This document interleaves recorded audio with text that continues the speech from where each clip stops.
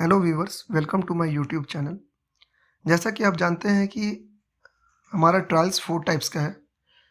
Session trial, warrant trial, summon trial, summary trial. Session trial में above 7 years वाले punishment, death punishment और life imprisonment वाले जो punishment है, ऐसे ऑफेंसेस जिनमें इन सारे पनिशमेंट के प्रावधान बताए गए हैं, प्रोविजंस बताए गए हैं हमारे लॉ में, वो सारे सेशन ट्रायल में केस होंगे। सेशन कोर्ट में उनका ट्रायल्स चलाया जाता है। दूसरा हमारा जो है वारंट ट्रायल, जिसमें 3 इयर्स टू लेकर 7 इयर्स तक का पनिशमेंट का प्रोविजन है। 7 साल तक का पनिशमेंट वाला जितना भी केस है वो सारा वारंट ट्रायल केस कहलाएगा। तीसरा जो आपका है समन ट्रायल। समन ट्रायल में अप टू 2 इयर्स पनिशमेंट वाले जो केस है वो समन ट्रायल कहलाता है। उसके बाद लास्ट आपका जो है समरी ट्रायल। समरी ट्रायल में अप टू 1 इयर्स तक वाले जितने भी केसेस है वो सारे समरी ट्रायल्स में आएंगे। तो आज का जो हमारा टॉपिक है warrant trial. Warrant trial 238 CrPC से स्टार्ट होकर 250 सीआरपीसी तक जाता है। ये भी 2 पार्ट में डिवाइडेड है। आपका 238 से 243 ये पुलिस रिपोर्ट पे इंस्टीट्यूटेड केसेस है, जिसमें पुलिस के द्वारा रिपोर्ट बना के न्यायालय में, कोर्ट में सबमिट किया जाता है। उसके बाद कोर्ट जो है आगे की प्रोसीजर को प्रोसीड करता है। 244 से फिर 247 तक ये सीपी केस का ट्रायल है कि सीपी केस जब कोर्ट में केस फाइल करेंगे तो वहाँ पर किस तरह से प्रोसीजर चलाया जाएगा सीपी केस में। उसके बाद आपका 247 तक जो आपका सीपी केस है, उसका 248 से जो है एक्विटल और कन्विक्शन का बात बताया गया। On conclusion of trial, trial के कंक्लूजन हो जाने के बाद after completion of trial court decide करता है कि एक्यूज को एक्विटल करना चाहिए या कन्विक्शन करना चाहिए। ये 248 में डिसाइड होता है। 249 में आपका एब्सेंस ऑफ कंप्लेनेंट के बारे में बताया गया है। 250 में compensation for accusation without reasonable cause. ये आपका कंप्लीट वारंट ट्रायल के बारे में 238 से 250 तक एक्सप्लेनेशन दिया हुआ है कि trial of warrant cases bye magistrates. तो 238 में जैसे कि देखेंगे उसमें लिखा हुआ है compliance with section 207 of CrPC. ऐसा जो भी केस है, जो वारंट केस जो इंस्टीट्यूट किया गया, लॉज किया गया पुलिस रिपोर्ट पे, उसको वहाँ पर 207 का जो कंप्लायंस होना जरूरी है। 207 का कंप्लायंस होने के बाद ही ये प्रोसीजर हमारा आगे का फिर प्रोसीड करेगा। जैसे ये 238 में हम लोग 207 का कंप्लायंस कंप्लीट करेंगे तो आगे के लिए 239 में डिस्चार्ज का प्रोविज़न दिया हुआ है कि कब एक्यूज्ड को डिस्चार्ज किया जाएगा। इसमें बताया गया है कि पुलिस रिपोर्ट के सारे मैटर को या जितने भी डॉक्यूमेंट्स पुलिस ने सबमिट किया है कोर्ट में उस केस से संबंधित, उन सारे मैटर को कोर्ट कंसिडर करेगा। क्योंकि पुलिस रिपोर्ट जो 173 सीआरपीसी चार्जशीट में जो जमा करेगा, जो चार्जशीट कोर्ट में वो सबमिट करेगा, उस चार्जशीट को जो जमा करेगा उसमें कोर्ट जो है अगर उसको लगता है कि कुछ एग्जामिनेशन एक्यूज का उसको करना चाहिए तो एक्यूज को जैसा उचित लगेगा वैसा एग्जामिन करके वो पूछताछ करेगा, समझने की कोशिश करेगा। क्योंकि जब एक्यूज पर्सन, जब डिफेंस काउंसिल जो हमारे हैं, जो लॉ आपका एडवोकेट है डिफेंस का, तो एक्यूज साइड का जो एडवोकेट है वो कोर्ट में जब डिस्चार्ज पिटीशन फाइल करेगा तो कोर्ट सारे मैटर्स को कंसिडर करेगा, सारे मैटर्स को देखेगा। देखने के बाद उसके प्रोसिक्यूशन को भी एक मौका देगा, रीजनेबल अपॉर्चुनिटी देगा कि वो भी अपना मैटर ऑफ फैक्ट को कोर्ट को बताए कि इसको क्यों ना डिस्चार्ज किया जाए। तो दोनों प्रोसिक्यूशन और डिफेंस अपने अपने बात को रखेंगे। कोर्ट दोनों के मैटर्स को सुनने के बाद उसको लगेगा कि जो मैटर एक एक्यूज्ड के अगेंस्ट में लाया गया है हमारे कोर्ट में वो ग्राउंडलेस है, इस पे मैटर मेड आउट हो ही नहीं रहा है, तो वहां पर वो एक्यूज्ड को डिस्चार्ज कर देगा और रीजन रिकॉर्ड करेगा किस कारण से उसने एक्यूज्ड पर्सन को डिस्चार्ज किया है। उसके बाद आपका जो 240 जो है सीआरपीसी, नेक्स्ट जो प्रोविजन है चार्ज का, अगर एक्यूज्ड को डिस्चार्ज नहीं करेगा तो फिर क्या होगा, चार्ज फ्रेमिंग का स्टेज हमारा आ जाएगा, फ्रेमिंग ऑफ चार्ज, जहाँ पर मैजिस्ट्रेट जो है क्या करेगा, सारे मैटर्स को देखेगा, एग्जामिन करेगा, उसके बाद वो क्या करेगा, चार्ज बनाएगा, चार्ज फ्रेम करेगा।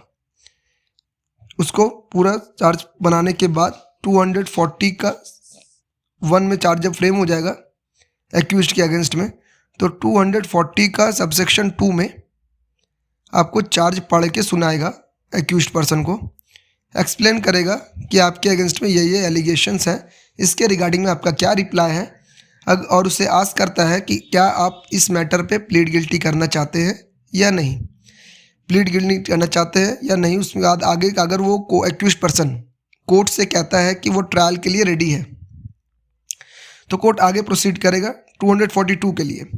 लेकिन अगर वह कहता है कि हमने ऐसा ऑफेंस कमिट किया है, तो वैसे सर्टेन कंडीशन में जैसे वो प्लीड गिल्टी होल्ड करता है, तो 241 CRPC में कन्विक्शन ऑन प्लीड गिल्टी, उसको सज़ा दिया जाएगा प्लीड गिल्टी के लिए। जैसे वो अपना दोष स्वीकार करेगा कि हाँ मैंने ऐसा ऑफेंस कमिट किया है, तो वैसे कंडीशन में 241 में उसको सेक्शंस के अकॉर्डिंग पनिशमेंट दिया जाएगा। उसके बाद 242 में जो आपका है एविडेंस फॉर प्रोसिक्यूशन का, कि जहाँ पर एक्यूज रिफ्यूज़ करता है कि उसने कोई ऑफेंस कमिट नहीं किया और वो क्लेम्स के वो ट्रायल के लिए तैयार, वो क्लेम्स कर रहा है कि वो ट्रायल फेस करेगा, तो वहाँ पर जहाँ पर 241 में वो कन्विक्ट नहीं कर पाया, तो कोर्ट क्या करेगा, एक डेट फिक्स करेगा विटनेस को एग्जामिन करने के लिए। ठीक है। उसके बाद प्रोवाइडेड इसका कुछ बताता है। प्रोवाइडेड कहता है कि मजिस्ट्रेट जो है, magistrate shall supply in advance to the accused the statement of witnesses recording during investigation by the police। ठीक है। जो पुलिस के द्वारा स्टेटमेंट्स को, विटनेस के स्टेटमेंट्स को जो रिकॉर्ड किया गया, उसकी कॉपी सप्लाई कर देगा एडवांस में एक्यूज्ड पर्सन को। उसके बाद magistrate may on the application subsection 2, हमारा जो 242 CRPC का सबसेक्शन 2 जो एक्सप्लेन कर रहा है कि magistrate may on the application of the prosecution issue a summon to any of its witnesses directing him to attend और टू प्रोड्यूस एनी डॉक्यूमेंट और अदर थिंग्स। इसका मतलब हुआ कि मजिस्ट्रेट प्रोसिक्यूशन के एप्लीकेशन पे, प्रोसिक्यूशन ने एप्लीकेशन फाइल किया कि किसी सर्टेन विटनेस को समन भेज के बुलाया जाए, या फिर किसी ऐसे सर्टेन पर्सन को या ऐसे विटनेस को बुलाया जाए जिनके पास सर्टेन डॉक्यूमेंट्स हैं या कोई अदर थिंग्स हैं जिससे ये केस प्रूव हो सके कि एक्यूज्ड के ऊपर जो चार्जेस लगाए गए, जो एलिगेशंस लगाए गए, वो सही है। इस कारण से प्रोसिक्यूशन के एप्लीकेशन पे मजिस्ट्रेट का डिस्क्रिशनरी पावर है, वो आदेश जारी कर सकता है, ऑर्डर पास कर सकता है कि उस विटनेस को न्यायालय में, कोर्ट में आना है।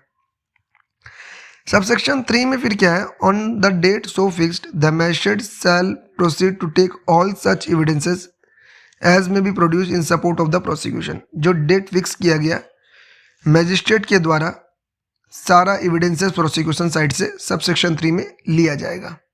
ठीक है। उसके बाद क्या बोलता है, प्रोवाइडेड एक इसका है, प्रोवाइडेड में लिखा हुआ है कि magistrate may permit the cross examination of any witness to be deferred until any other witness or witnesses have been examined or recall any witness for further cross examination।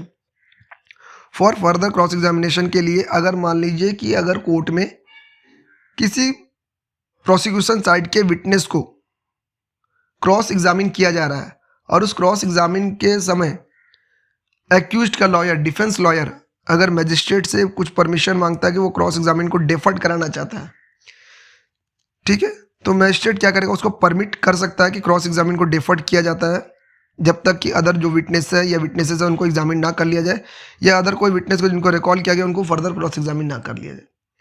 तो ऐसे सर्टेन कंडीशन में magistrate जो वो permit कर सकता है, cross examine को deferred करने का परमिशन ग्रांट कर सकता है। 242 के बाद आपका स्टेज आ जाएगा एविडेंस फॉर डिफेंस, लेकिन इससे पहले एविडेंस फॉर डिफेंस में हम जाएंगे 242 के बाद एक सेक्शंस को हम और ऐड करेंगे जिसका प्रोविज़न है 313 ऑफ CRPC। स्टेटमेंट वाला एक लाइन जो है यहाँ पे, एक जो सेक्शंस है वो ऐड होगा, जो after taking evidence from prosecution sides और before entering defence into the case, defence का एंटरिंग होने से पहले और प्रोसिक्यूशन का गवाही हो जाने के बाद, एविडेंस ले लेने के बाद, तो 313 का स्टेटमेंट कोर्ट लेगा। उसके बाद डिफेंस को एक मौका देगा कि आपको इस सपोर्ट में, अपने सपोर्ट में कोई आपके पास सर्टेन एविडेंस है तो आप लेकर कोर्ट में आ सकते हैं। कोर्ट या तो फिर आपको लगता है कि कोई रिटर्न स्टेटमेंट फाइल करना चाहते हैं अपने डिफेंस में, तो रिटर्न स्टेटमेंट भी फाइल कर सकते हैं। मैजिस्ट्रेट उसको ऑन रिकॉर्ड रख लेगा अपने पास। उसके बाद आपका सबसेक्शन 2 जो 243 का है, उसे बताया गया कि अगर डिफेंस ने कोई एप्लीकेशन फाइल किया, कोई एप्लीकेशन मैजिस्ट्रेट के पास फाइल किया कि किसी सर्टेन पर्सन को या सर्टेन विटनेस को कंपेल किया जाए, बुलाया जाए कोर्ट में, या फिर कोई सर्टेन डॉक्यूमेंट्स को प्रोड्यूस करने के रिगार्डिंग में या अदर थिंग्स को प्रोड्यूस करने के रिगार्डिंग में किसी एक्यूज पर्सन के द्वारा जो एप्लीकेशन दिया गया कि सर्टेन डॉक्यूमेंट्स और सर्टेन थिंग्स जो है वो अदर पर्सन के पास अवेलेबल है, अगर उसको कोर्ट में लाया गया तो मे भी उससे प्रूव हो सकता है कि उसने ऐसा ऑफेंस कमिट नहीं किया है। तो अगर कोर्ट को लगता है कि हाँ, अगर इसके एप्लीकेशन को एक्सेप्ट किया जाना चाहिए, रीजनेबल ग्राउंड है, तो वो एक्सेप्ट कर सकता है, अदरवाइज नहीं तो रिफ्यूज़ कर देगा। अगर कोर्ट को लग गया कि ये सिर्फ डिले प्रोसेसिंग है, ये इसके पास कोई सर्टेन एविडेंस नहीं है, गवाह नहीं है जो ये साबित कर सके कि इसने ऐसा ऑफेंस कमिट नहीं किया, तो कोर्ट उसको रिफ्यूज़ करने का भी पावर्स रखता है और वो अपना रीज़न रिकॉर्ड कर देगा किस रीज़न से उसने उसके एप्लीकेशन को रिजेक्ट किया, रिफ्यूज़ कर दिया लेने से। उसका प्रोवाइडेड इसमें लिखा हुआ है when the accused has cross examined और had the opportunity of cross examining any witness before entering on his defense, the attendance of such witness shall not be compelled under this section unless the magistrate satisfied that it is necessary for the ends of justice. Provided कहता है कि अगर accused person को cross examine करने के लिए enough opportunity दिया गया कि आप क्रॉस एग्जामिन किसी विटनेस को कीजिए डिफेंस विटनेस में जाने से पहले, ठीक है, तो वहां पर किसी भी विटनेस को वो कंपेल नहीं कर सकता है इस सेक्शंस के अकॉर्डिंग कि उस गवाह को बुलाया जाए और उसको वो क्रॉस एग्जामिन करना चाहता है। इसके रिगार्डिंग मैजिस्ट्रेट के जरिए वो कंपेल नहीं करवा सकता है अनटिल एंड अनलेस, जब तक मैजिस्ट्रेट ना सेटिस्फाइड हो जाए कि हाँ ये रीजनेबल ग्राउंड है कि इसको कंपेल करके बुलाया जाना चाहिए इस मैटर को for the ends of justice.